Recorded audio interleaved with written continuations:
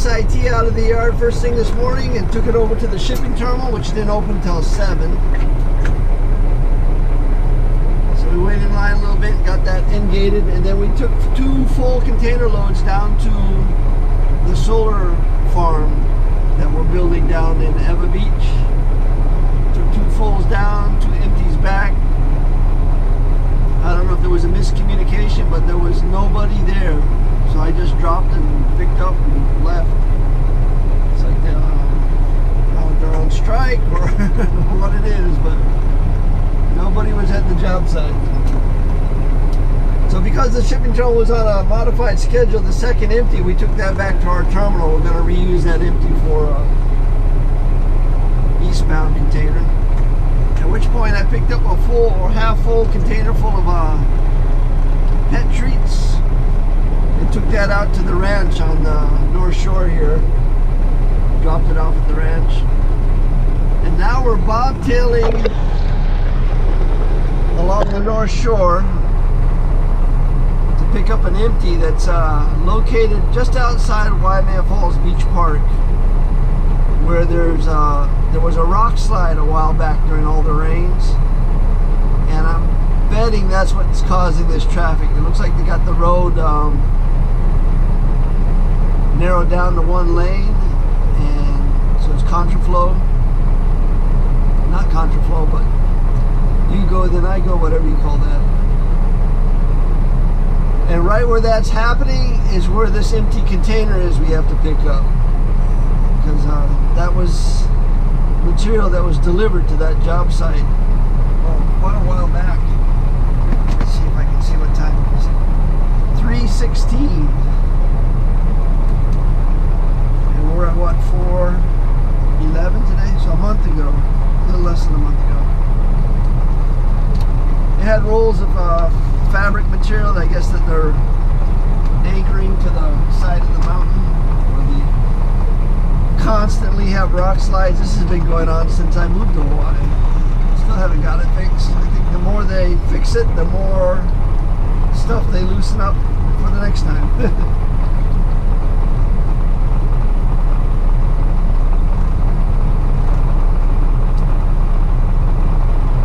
Yeah, this is the road that runs along the North Shore of Oahu. It's doesn't get a lot of love, let's say.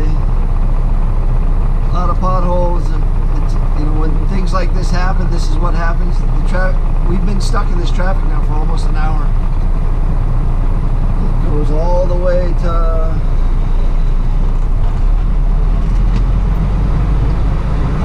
Haleiwa.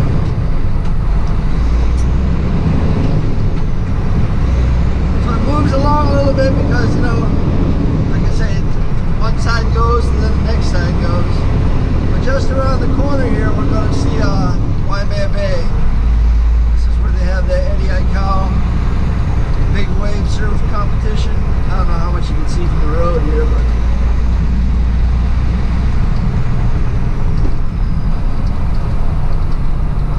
there's a little bit of surf today. Something opened up. There we go.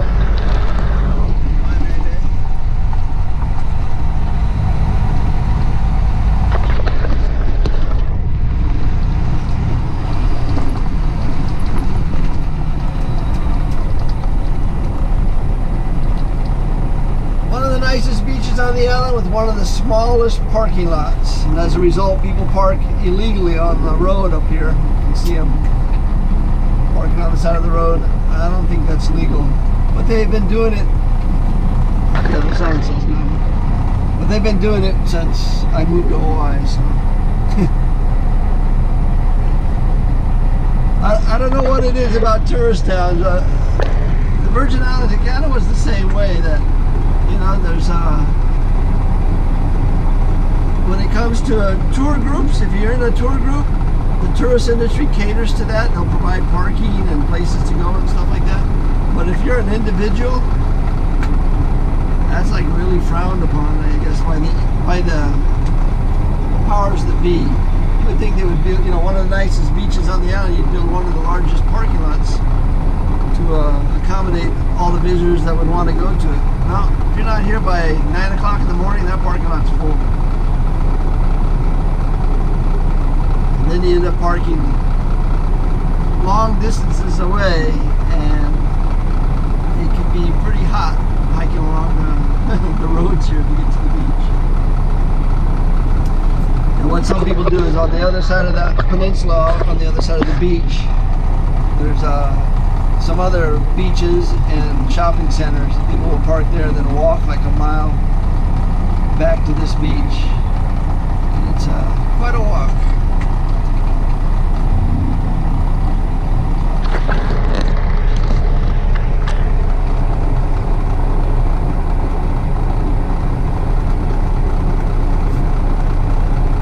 So I went for a walk yesterday afternoon when I got home in the evening. I was walking through the parking lots in the neighborhood, and there was a pig about that big walking around eating the grass. What makes me think about that, I don't know if you can see, the GoPro can't pick it up, but on the top of the mountain straight ahead of us there's a very large heiau, which is kind of like a sacred site, a Hawaiian sacred site. We call it a heiau. And last time I was up there was a whole family of pigs that were like tame. They'd come up to people begging for food.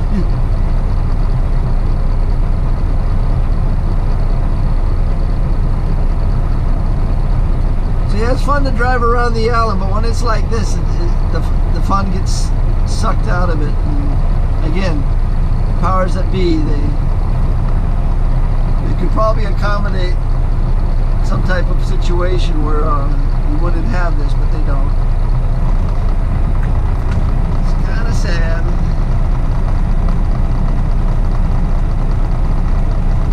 The people that are in office now, they want to change the tourist industry in Hawaii to only cater to the ultra rich. That's why the average cost of a room in Waikiki now is $500. It's a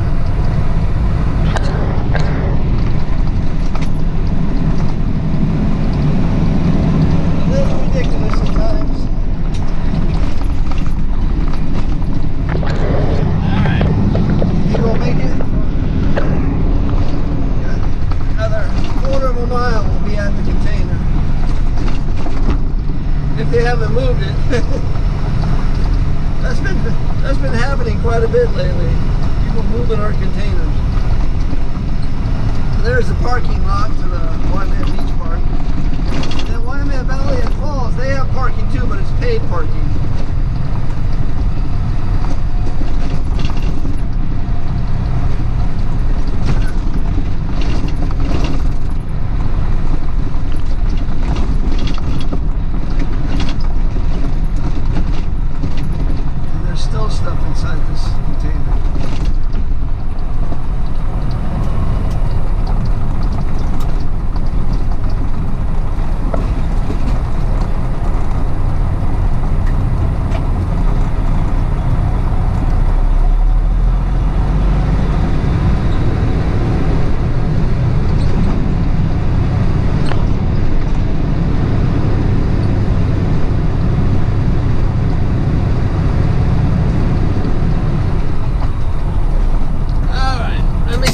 Do because there's still stuff inside the containers. Well, we made it out of there.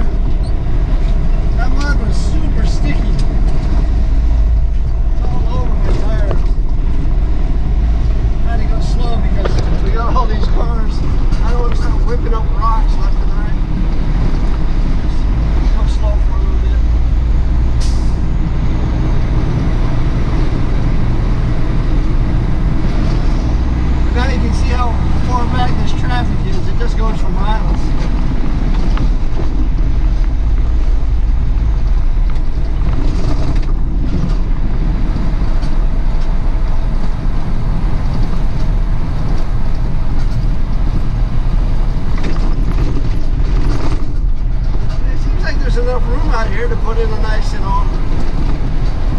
sidewalk with some nice shady trees and maybe a bike lane. And tourism is the #1 industry, and the North Shore is definitely worth the visit, but it's not worth the visit if you're just going to spend your time sitting in traffic.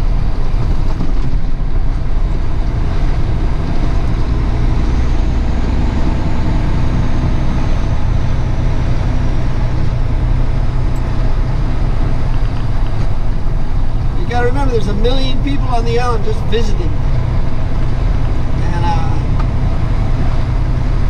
it's really hard to accommodate that size of crowd. If they all decide to go do the same thing.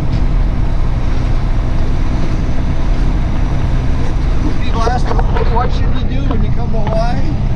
My #1 answer is, make sure you spend a day on the beach doing absolutely nothing. Because that's what it's all about. And this island has more beaches than all the other Hawaiian islands combined. If you're going to one that has a parking lot, you're probably going to have to share it. There's a lot of beaches on this island. You'll be the only one there if you can seek them out, especially during the week. Most people are sitting in their car, driving around the island.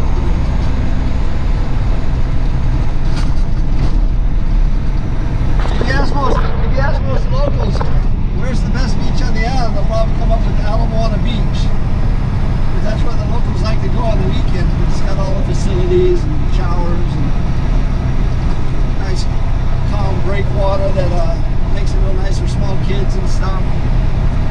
All kinds of big parties. It's about a mile-long beach. If you ask most tourists, where's the best beach on the island? Very few have seen Alamoana Beach, even though it's a mile away from where they're staying probably. They usually end up at the beach in front of the hotel. And then they hear about all these beaches out here on the North Shore. And again, there's tons of beaches out here on the North Shore with nobody on them, but they're not next to a parking lot. You gotta hike to them.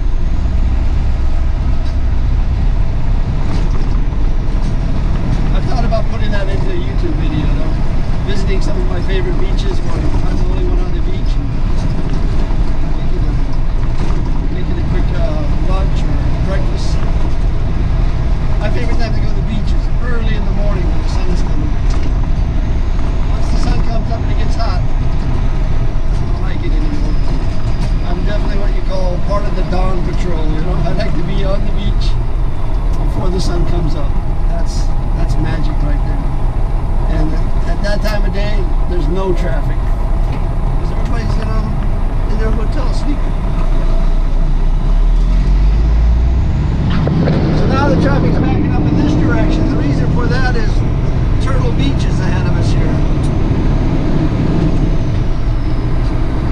It's where the turtles come and sleep on the beach every day.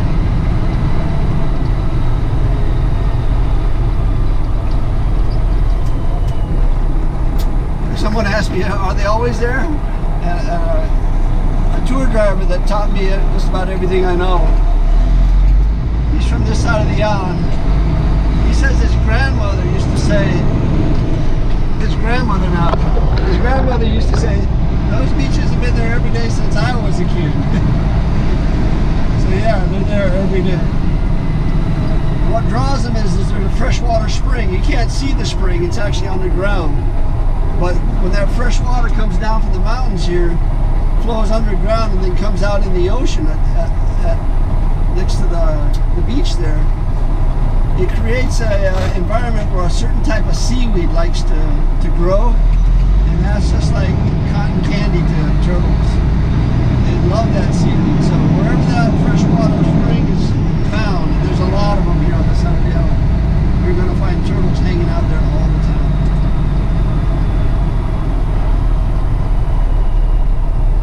And that's what's causing this traffic, because there's a parking lot, but everybody has to cross the street, and there's no lights or anything like that. It's a pretty dangerous situation. And it gets crowded because, like I say, the turtles been coming to that beach. You can see a turtle living in the wild, just sleeping on the beach. And that's what they do. They sleep on the beach all day long, and then they go out and feed at night normally when things cool off.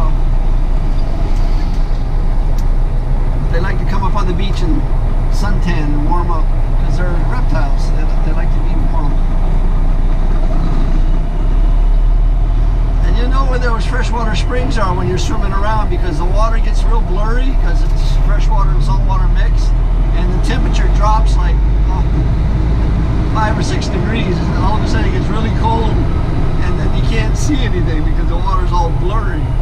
So it's not a great place to snorkel if it's cold and the water's blurry, but it's where the turtles hang out and they eat the seaweed. That's just ahead here. Oh, it's roasting the coconuts over here.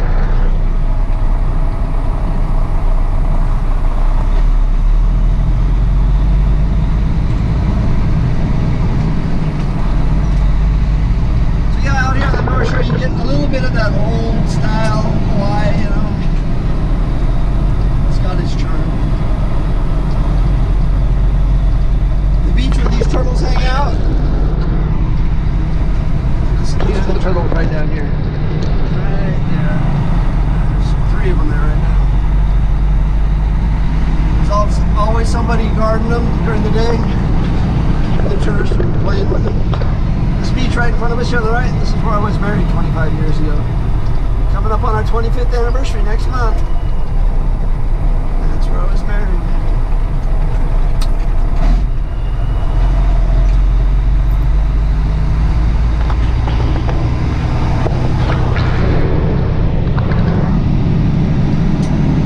Back then I was a garbage truck driver. Only had a B license. That's where I met my wife. She was a salesperson for the garbage company.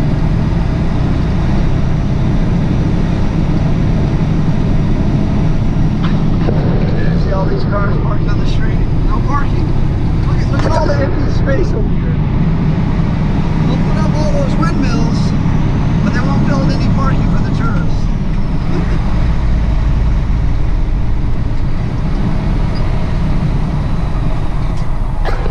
Some might say that's one of the reasons people are leaving Hawaii. Sometimes things just don't make sense. When they're talking about things that don't make sense, that's what they're talking about the rail. We're building a 20-mile railroad that nobody's going to use. At least I won't. I'm not going to walk 2 miles down to the rail station and then walk another mile to work.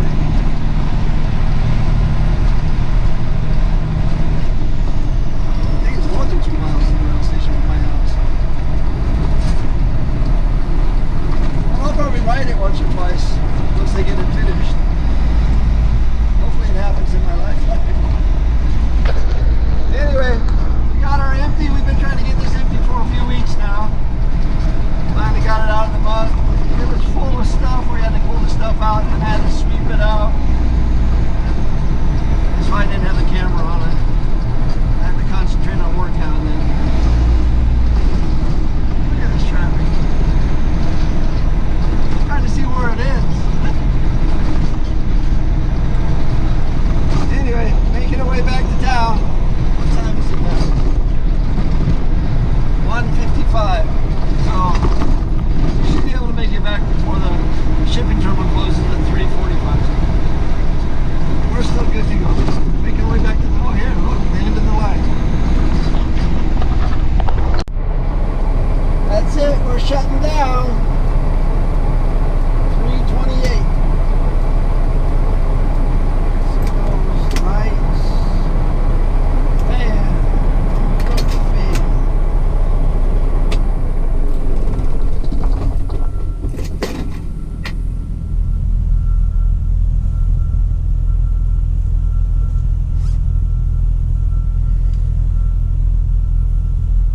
So 182 miles driven today.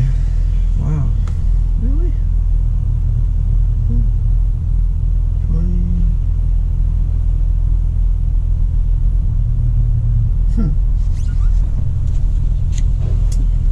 1, 2, 3, 4, 5, 6, 7, 8 container movements. Got to go out to the North Shore, sit in traffic. Dispatch just called up, asked me if I'd work tomorrow night. So even though we're off tomorrow, we're going to come in tomorrow night at 11 o'clock and work until 4 in the morning. Pulling LTLs off the ship back to our terminal, get the docks loaded up for Thursday morning.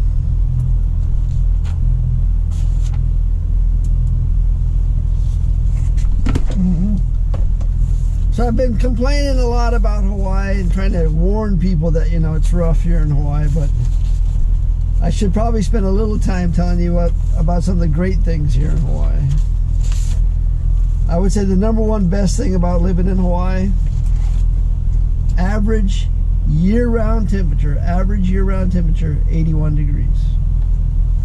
Without a doubt, the weather is the best weather on the planet. So if you like going outside and, you know, just being active and, you know, don't want depressing weather, can't beat the weather.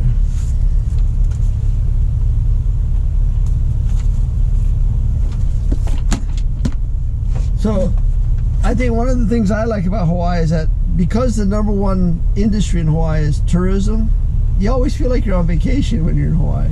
You know, anytime I leave the house and I'm not working, it feels like a vacation. The other thing I like about Hawaii is very modern compared to a lot of places. You know, Hawaii became a state the same time I got born. So it's, you know, 200 years of history in Hawaii. That's it. I mean, there's some states that are 200 years old.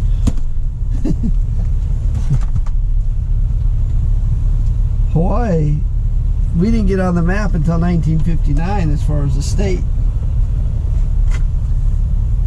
So,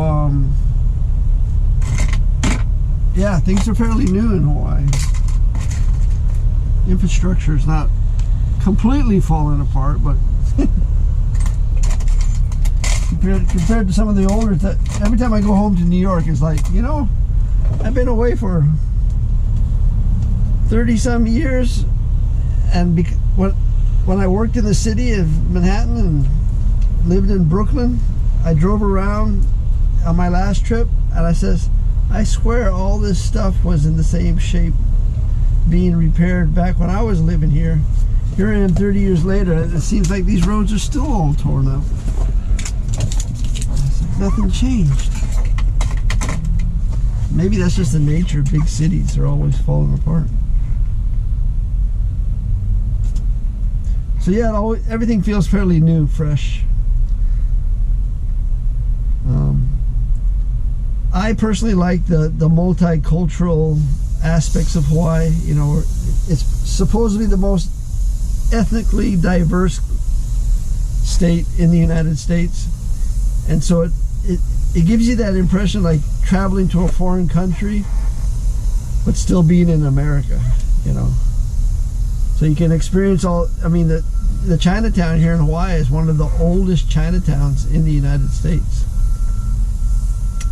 Chinese make up 10% of the population. Japanese make up a little more than that, like 15%. And these are cultures that have been in Hawaii since the beginnings, since the whaling days. So, you know, 200 years almost. And so even though the culture is there, they're very much American. You know, when the Japanese bombed Pearl Harbor, the families in Hawaii of Japanese ancestry had been in Hawaii for 5 generations. Most of the Americans that fought in Pearl Harbor hadn't lived in the United States 5 generations, but the Japanese living here in Hawaii had. And so you get that culture, even though it's very, very American, so it's very easy to get used to it. You know, you got the Polynesian cultures with the dances and the Hawaiian, you know, Samoan, Tongan, Tahitian, the Maoris from New Zealand. So you get all of that. And then, you know, people say, well, where do you get the American? I says, Hawaii has more military per capita than any state in the United States. Just go on any military base, you feel like you're right back in the good old US of A. And for the most part, it's not easy for visitors to get onto the base. But as long as nothing's happening, it's, you know, as long as there's no, as long as we're not at war with somebody, or, you know, some tragedies going on, usually you go to a base to eat or go to the beach, you check in with pass and ID, you show them your local driver ID, and you get a pass. You go on. You won't be allowed to shop in the commissary, but it's really good. It's really easy to get a military friend to take you shopping in the commissary. So there's a lot of culture in Hawaii, and a lot of different cultures. And so you always feel like I say, you always feel like you're on vacation. So, number one, weather. Number two, you always feel like you're on vacation. Number three, the average person living in Hawaii lives on average 7 years longer than most Americans. You tell me, what would you say 7 years of life is worth? Now, I had a discussion just yesterday with a guy. His family's moving to Vegas because they can't handle the high cost of living anymore. And I said, okay, you move to Vegas and buy a new home for $300,000. I'm gonna buy an old home in $1 million neighborhood for $600,000. So you spend $300,000, I spend $600,000, but it's an old. What you're doing is what you need to do. You buy the worst home in the best neighborhood you can buy. And so I buy a $600,000 home that's in $1 million neighborhood. He buys a $300,000 home. In Hawaii, on average, homes double in price every 10 years. For the 30 years I've been here, I've watched everything double in price every 10 years. What's $1 million home today used to be a $500,000-$600,000 home 10 years ago. And 10 years before that, it was a $200,000 to $300,000 home. And 10 years before that, and I have ads at home of bungalows for sale in Waikiki for $40,000. This is back during the war, right after the war. So that was in the 40s. And so let's say 10 years down the road, he's been in Vegas for 10 years doing whatever he does. I'm here in Hawaii for 10 years trying to make ends meet. And then at the end of those 10 years, we both cash out. Hopefully in Vegas, his price has doubled, and he gets his new home is now worth $600,000. So he made $300,000 in the deal. And I bought into $1 million neighborhood for $600,000. But in 10 years, I fixed the place up, and now it's worth $2 million. So I walk away with $1.4 million, and he gets $200,000 or $300,000. So who got ahead? We both struggled, you know. And that's the scenario a lot of people don't see when they come to Hawaii. That if you buy into Hawaii, that's the trick. You got to own it, you know. You got to come here and get your piece of Hawaii. And they always say real estate's the best investment there is. And having invested in land here in Hawaii, I'm a big believer of that. Anyway, too much talking today. That's it. We're headed home. I have that seafood stew defrosted, and we're gonna kick it up with some corn and mushroom and onions and maybe some fish, and add that to the stew. Put it over pasta. Oh man, it's making me hungry. That's it for today. Thanks for watching. Aloha.